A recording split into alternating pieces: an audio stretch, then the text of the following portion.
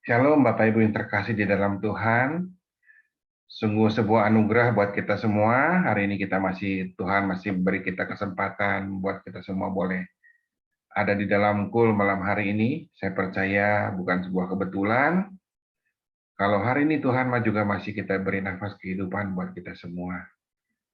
Malam hari ini izinkan saya mau menyampaikan renungan kul dengan tema upah orang rendah hati, ya. Dan sebelum kita masuk di dalam firman Tuhan, mari kita siapkan hati kita masuk di dalam doa. Tuhan Yesus, terima kasih Tuhan, Engkau Tuhan yang baik buat kami. Malam hari ini kami boleh ada di dalam kul, dan kami percaya Tuhan, Engkau ada bersama dengan kami. Kami mau rindu dengar-dengar akan firman-Mu Tuhan, urapi setiap kami yang mendengarkan firman-Mu, urapi juga setiap hamba-Mu yang menyampaikan isi hati-Mu Bapa, agar firman yang keluar boleh berasal daripada Engkau dan boleh mengubahkan setiap hidup kami Bapa. Terima kasih Tuhan Yesus, kami siap mendengarkan firman-Mu. Hanya dalam nama Tuhan Yesus, kami berdoa dan bersyukur. Haleluya. Amin. Bapak Ibu, hari ini tadi saya bilang temanya adalah upah orang yang rendah hati. Ya, mungkin bukan suatu hal yang asing buat kita semua kalau kita mendengar kata rendah hati, ya, apalagi di gereja. Rendah hati tentu kita tahu lawan katanya adalah tinggi hati atau bicara kesombongan, dan bicara rendah hati mungkin kita udah sering dengar di gereja karena kita sering dengar nasihat mengenai orang yang rendah hati. Bahkan orang tua kita, guru kita, bahkan sejak kecil kita juga diingatkan agar kita semua tidak boleh menjadi orang yang sombong. Sampai-sampai rasanya mungkin kalau kita dengar kata rendah hati itu rasanya udah di luar kepala, ya, di luar kepala, dan kadang kita merasa nggak perlu diingatkan lagi. Tapi padahal ini adalah sesuatu, karena yang namanya kerendahan hati adalah menurut Tuhan adalah sesuatu yang sangat penting. Ya, mungkin kita lupa bahwa kerendahan itu hati adalah sesuatu menurut Tuhan sesuatu yang sangat penting buat kita semua. Ya, firman Tuhan di dalam Amsal 18 ayat 12, firman Tuhan berkata seperti ini, tinggi hati mendahului kehancuran, tetapi kerendahan hati mendahului kehormatan. Ya, Alkitab pernah mencatat dua raja yang dipilih Tuhan, yang melalui nabinya yang sama, Nabi Samuel, itu Bapak Ibu semua sudah tahu, Saul dan Daud. Ya, artinya saya percaya baik kepada Saul maupun kepada Daud, Tuhan punya rencana yang sama besarnya buat mereka. Ya, tetapi apa yang kita lihat, yang kita tahu terjadi kemudian, Daud diberkati Tuhan. Daud sukses menjadi raja buat bangsanya.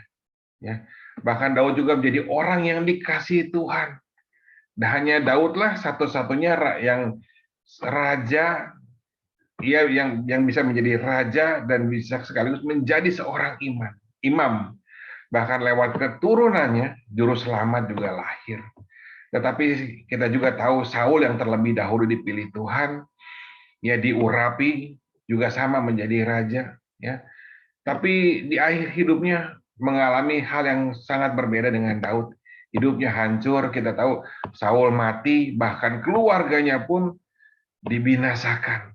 Ya, semua ini dari suatu hal yang dimulai karena hatinya iri melihat kesuksesan Daud.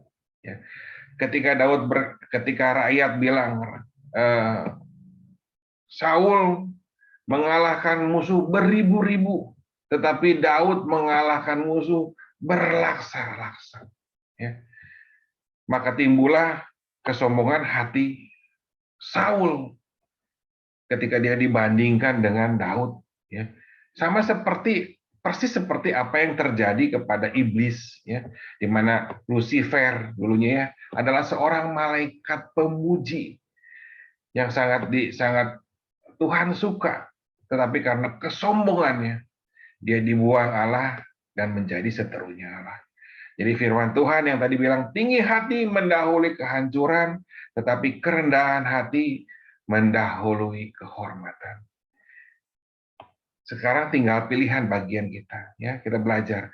Ternyata Tinggi hati ini akan kesombongan ini akan membawa kehancuran, tetapi kerendahan hati akan membawa kepada sebuah kehormatan. Tadi Daud, ya, Lucifer yang dulunya malaikat, karena kesombongannya dia menjadi seterunya Tuhan. 1 Petrus 5 ayat 6 firman Tuhan bilang ini, oleh karena itu rendahkanlah dirimu di bawah tangan Tuhan yang kuat sehingga pada waktu yang tepat ia akan memuliakan kamu. Firman Tuhan di dalam 1 Petrus 5 ayat 6 Tuhan mengatakan Tuhan akan memuliakan pada waktu yang tepat kepada orang yang merendahkan dirinya. Tuhan menyukai orang yang punya punya punya karakter rendah hati, dan Tuhan membenci orang yang tinggi hati. Tuhan bahkan menjadi seterunya Tuhan. Buat Tuhan, orang yang tinggi hati itu orang yang sombong, sama seperti iblis menjadi seterunya. Mana yang kita pilih buat kehidupan kita? Mau ditinggikan Tuhan atau mau direndahkan Tuhan? Itu tergantung sikap hati kita. Apakah kita mau punya sikap yang rendah hati atau sikap yang tinggi hati? Malam hari ini kita mau sama-sama belajar. Saya percaya kita semua pengen dimuliakan Tuhan, ditinggikan Tuhan. Tuhan menolong kita. Kita mau jadi orang yang, kalau kita itu bagian kita, kita harus menjadi orang yang rendah hati. Ya. Untuk jadi orang yang rendah hati, hari ini kita mau belajar gimana sih karakteristik dari seorang yang rendah hati. Ya. Orang-orang yang rendah hati seperti apa? Yang pertama, orang yang rendah hati itu tentu punya karakteristik yang sama seperti Yesus. Karena kita mencatat bilang Tuhan Yesus sudah merendahkan dirinya, bahkan dia mau mati buat kita, ya, taat sampai mati di kayu salib. Itulah sampai bilang, itulah sebabnya Allah meninggikan dia dan mengaruniakan dia kepadanya nama di atas segala nama. Ya. Jadi karakter rendah hati itu bicara mengenai karakternya Tuhan. Ya. Bahkan di Filipi 2 ayat 5, firman, hendaklah kamu dalam hidupmu bersama menaruh pikiran dan perasaan yang terdapat di dalam Kristus Yesus. Yang walaupun rupa Allah, tidak menganggap kesetaraan dengan Allah itu sebagai miliknya yang harus dipertahankan, melainkan mengosongkan dirinya sendiri dan mengambil rupa seorang hamba menjadi sama seperti manusia. Dan bahkan dalam keadaannya ia rela mati, merendahkan diri sampai mati di kayu salib. Ya. Ternyata namanya kerendahan hati itu karakternya Kristus. Bahkan Rasul Paulus bilang menaruh pikiran dan perasaan yang dapat Kristus itu digambarkan dengan seperti merendahkan diri. Maka Tuhan akan meninggikan kita. Orang yang rendah, maunya merendahkan, punya rendah hati, ya. Bukan rendah diri ya, rendah hati. Ya. Rendah hati. Orang yang punya jiwa yang rendah hati itu seperti karakternya Tuhan. Punya karakter seperti Tuhan. Orang yang punya karakter rendah hati akan merendahkan diri, bukan rendah diri, merendahkan diri, dan akan punya hal-hal yang positif di dalam kehidupannya. Bukan bicara mengenai dia nggak sombong, tapi ia juga pasti akan punya belas kasihan. Dia akan menjadi seorang yang akan membawa damai buat lingkungannya, buat keluarganya, buat tempat kerjanya. Kita introspeksi diri kita. Dia akan menjadi seorang yang peramah. Karena Tuhan juga sama. Tuhan bawa damai, bawa kasih. Mudah memaafkan, bahkan Tuhan mengampuni. Tidak mementingkan dirinya sendiri. Bisa berterima kasih dan mengucap syukur dalam keadaan apapun. Karena di dalam hatinya, orang yang rendah hati pasti punya, karena di dalam hatinya akan berkata seperti segala sesuatu yang terjadi di dalam hidupnya,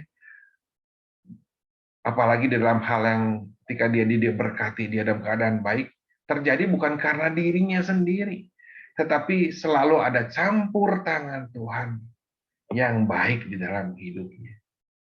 Ya. Ada satu ayat yang Tuhan Yesus tulis ya di Matius 11 ayat 29-30 bilang, "Pikulah kuku dan belajarlah daripada, karena aku lemah lembut dan rendah hati, dan kamu akan mendapat ketenangan bagi jiwa kamu.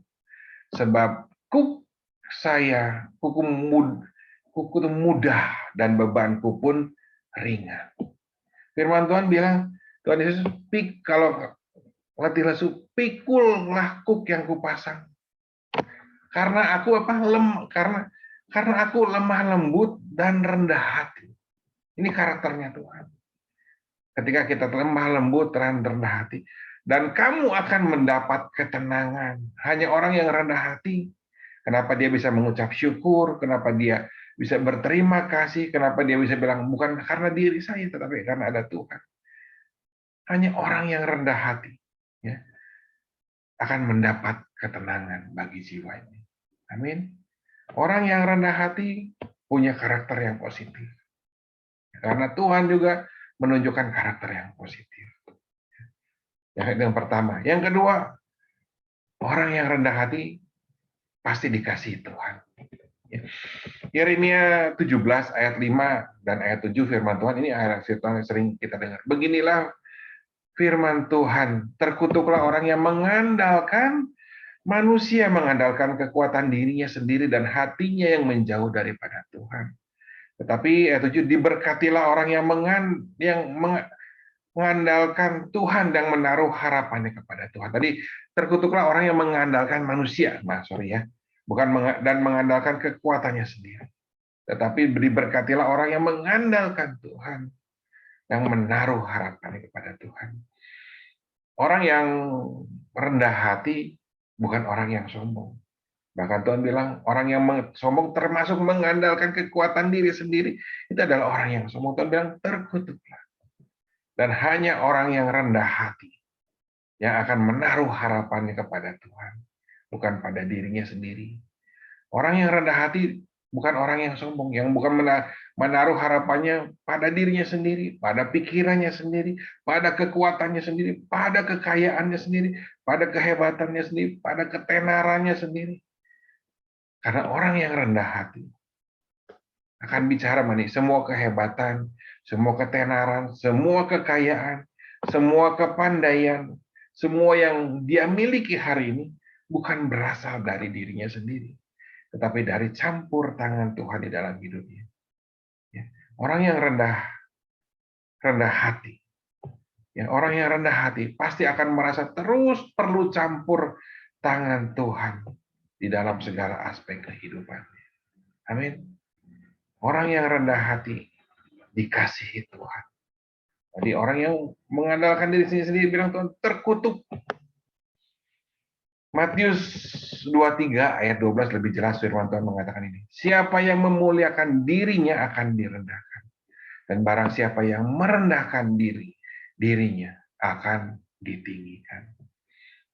Selama pelayanannya di bumi, Tuhan Yesus sangat tidak suka dengan namanya orang Farisi dan orang ahli Taurat.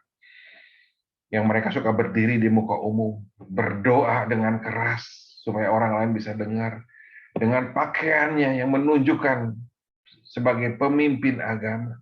Tuhan bilang, mereka seperti kuburan yang dilabur, yang luarnya putih tetapi di dalamnya busuk. Tuhan Yesus lebih suka melihat hati kita.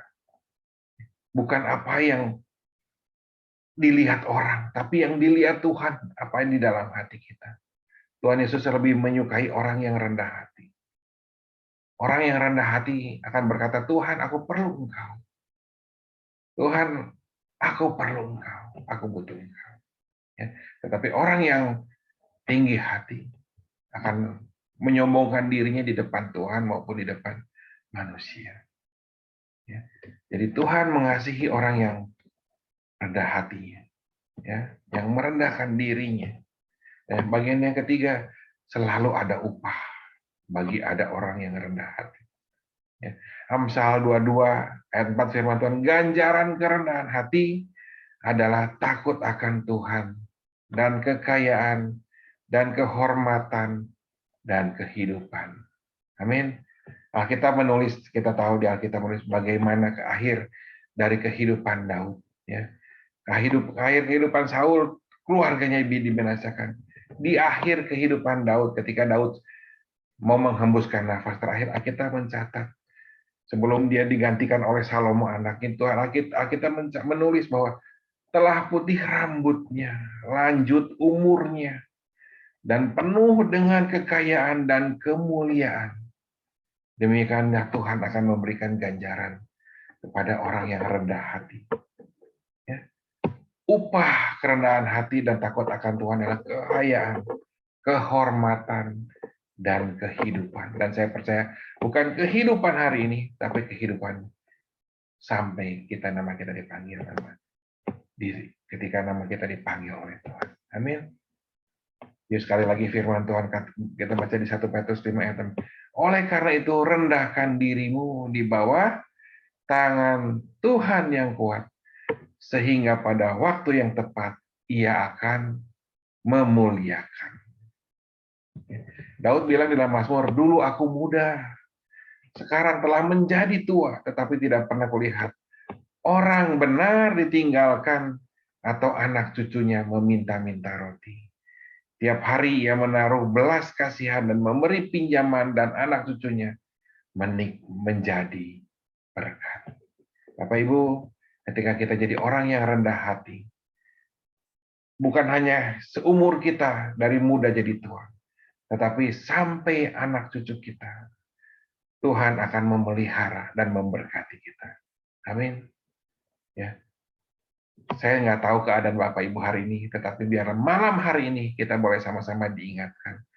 Kalau kita sebagai orang percaya, kita sebagai anak-anak Tuhan, maka kita wajib memiliki karakter Kristus, memiliki pemikiran dan pikiran Kristus, lewat kerendahan hati, yang dimana Kristus sudah menunjukkan lebih dahulu, seperti Kristus menunjukkan dirinya, merendahkan dirinya, bahkan taat sampai mati. Biarlah kita juga sebagai anak-anak Tuhan wajib merendahkan hati kita, sampai Kristus dapat dilihat oleh banyak orang. Kita menjadi terang, kita menjadi garam, dan Tuhan berjanji, ya ketika hal yang positif ini bisa kelihatan, buat banyak orang, jadi terang dan garam, jadi surat firman Tuhan yang hidup, yang bisa dilihat orang hidup di dalam hidup kita, maka Tuhan akan mengangkat kita, memuliakan kita dengan caranya yang ajaib. Bukan hanya buat diri kita, tapi sampai anak cucu kita. Amin. Yuk kita tutup dalam doa. Tuhan Yesus, terima kasih.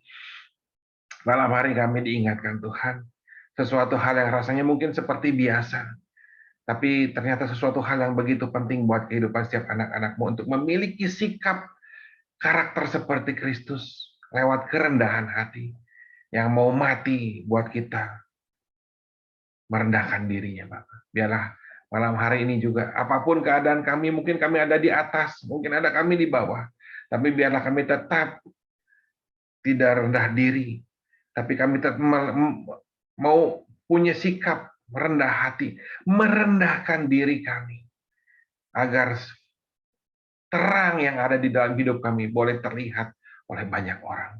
Terima kasih Tuhan. Kami percaya Engkau memberkati kami, Bapak. Hamba-Mu selesai bicara, tapi firman Tuhan, Roh Kudus-Mu yang akan mengajar setiap kami mendengarkan firman Tuhan lebih jauh, lebih dalam lagi, Bapak. Berkati setiap kul yang ada, ketua, pengur, wakil sekretaris, berkati mereka Tuhan. Juga setiap jemaat-jemaat yang ada, berkati mereka Tuhan. Yang sakit Kau sembuhkan di dalam nama Tuhan Yesus. Kalau ada di dalam keadaan kekurangan, Tuhan, Kau tolong campur tangan. Berkati Tuhan di dalam nama Yesus. Apapun kesulitan setiap jemaat-Mu, anak-anak-Mu hari ini, berkati Tuhan. Terima kasih Bapak, kami percaya Kau punya Tuhan yang luar biasa, punya Tuhan yang ajaib. Terima kasih Kau yang kumpulkan kami minggu depan Bapak, untuk sama-sama di dalam pool kembali Bapak. Terima kasih. Dalam nama Tuhan Yesus kami berdoa, kami mengucap syukur. Haleluya. Amin. Shalom, sampai jumpa minggu depan. Tuhan Yesus memberkati.